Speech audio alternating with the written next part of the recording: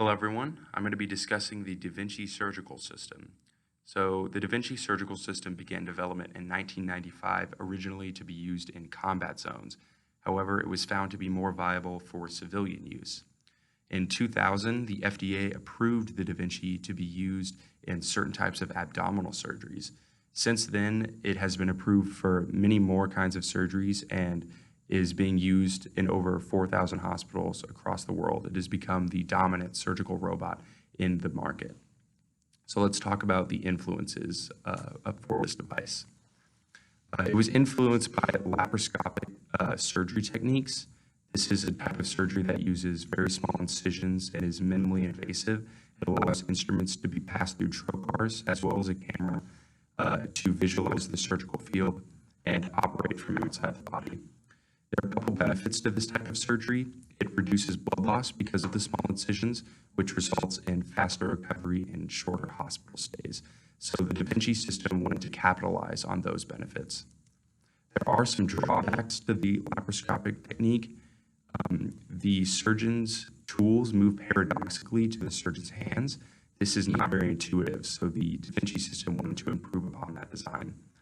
Also, the laparoscopic tools that are used are single jointed typically. So the Da Vinci system wanted to create a more agile and intuitive kind of laparoscopic tool. So after observing these laparoscopic techniques, their goal was to really overcome the limitations of them and improve the ergonomics, the dexterity, and the visualization of the surgical field for the surgeon. So with all that in mind, they came up with this three-component design here.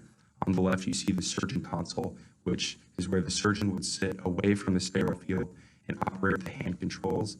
They control the arms on the patient cart you see in the middle there.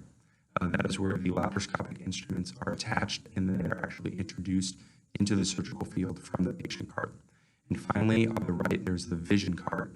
This is the central hub of the operation. It provides power for lots of the equipment, as well as audio and visual display for the surgical staff.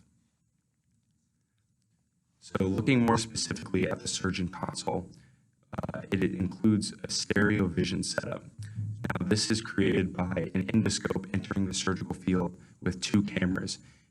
Each camera sends a live stream to each eye of the surgeon independently.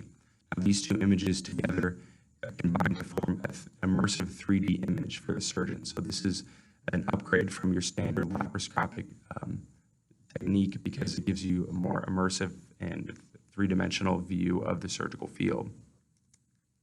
The surgeon console also features this view for the surgeon. It shows them the surgical field as well as patient imaging, which you see on the right there, as well as patient vitals. So this allows them to have all the images and information they need without having to leave the surgeon console or even look around. Just below that screen, they have a touchpad, which allows them to adjust the instruments that are being used, as well as the camera angle and motion scaling, which I'll talk about in just a second here. The surgeon controls the arms of the Da Vinci robot using these hand controllers. They would use the hand controllers just as they would a hand tool. This is a really intuitive design that's a step up from your standard laparoscopic procedure. It allows them to articulate the instruments within the surgical field just as they would their hands. It also features something called motion scaling. So this is a setting that allows the surgeon to have a little more control over the instruments. For example, as shown in this picture, if the surgeon was to move their hand 6 centimeters laterally, it could result in only a 2 centimeter movement of the instrument itself. So this makes the machine much more forgiving, and it also reduces tremors that may exist in the surgeon's hand. So now moving to the vision cart. This is kind of an energy source for all the auxiliary components, such as like a cautery or a suction device. It also has audio-visual equipment for the surgical staff. It allows them to see the surgical field, as well as utilize speakers and microphones to communicate with the surgeon who is working in the console. It has the core processor that allows the surgeon's hand movements to be translated into a code that the robotic arms can understand and then execute those movements. Finally, the patient part is what actually interacts with the surgical field. It is a series of 4 robotic arms that are designed to move in a human-like fashion, and each arm has either a camera or a surgical instrument that is introduced into the surgical field through a trocar. And then within the patient part, there are different laparoscopic instruments that can be used, and this is really where the upgrade from your standard laparoscopic instruments exist. We can see in this picture that each instrument is hinged or has a wrist on it. This allows the instrument to be used just like a human hand would.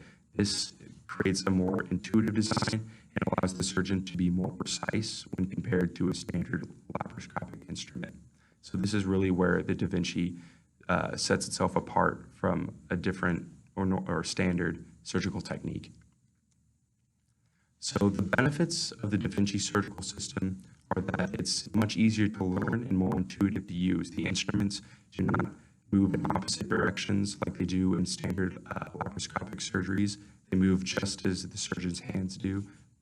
It also allows the surgeons to operate in smaller, confined spaces and carry out procedures that are more complex that they wouldn't be able to do with a standard surgical technique. It's also less invasive for the patient, which means theoretically they could heal quicker and maybe there would be a chance for less complications. Since its original approval in 2000, the FDA has approved the Da Vinci system to be used in cardiac, colorectal, general surgery, gynecology, head and neck, thoracic, urological, and other kinds of procedures. So this means it's having a wide influence on how surgery is carried out in healthcare today. There have been studies that show evidence of shorter hospital stays and faster recoveries as a result of using the Da Vinci system. This is because it's minimally invasive and allows the patients to recover very quickly. This reduces costs for hospitals as well as the patients. So not only is it providing strong outcomes, it's also reducing the cost to everyone by minimizing the length of stay in a hospital. There are some drawbacks to the Da Vinci system. Currently, each unit is about $2.5 million, which makes it very high cost. Not every hospital can afford to have one of these units in their operating rooms. It also takes longer to dock the robotic arms to the surgical field, unlike a standard laparoscopic setup. This increases the overall operation time and the time that the patient is under anesthesia. This could lead to more complications. There are studies that show that there is really not a significant increase in the quality of the surgery when compared to a standard laparoscopic procedure. There are studies that differ on this. Some say that they are markedly better. Others show that they are not. So really, it's a cost-benefit analysis. Some people want to see like a market improvement when using such a costly robot. So in conclusion, the Da Vinci surgical system really provides a more intuitive and easy to use experience for the surgeon. So this is important because in the future, it means that we can carry out more complex surgeries in smaller spaces, and it's much easier for the surgeons to learn these techniques and use it in real time when compared to a standard laparoscopic procedure. So this means that the quality of surgeries that people are receiving could improve in the future. There are studies that differ and say that it's no better than a standard laparoscopic procedure, and some show that it is. So really, it's just a matter of what surgeon is using it and how it's being used. Right now, it's not the most cost-effective tool for a hospital, but in the future, once patents expire and once more competition is let into the market, it will force prices down, and competition will also drive up the innovation.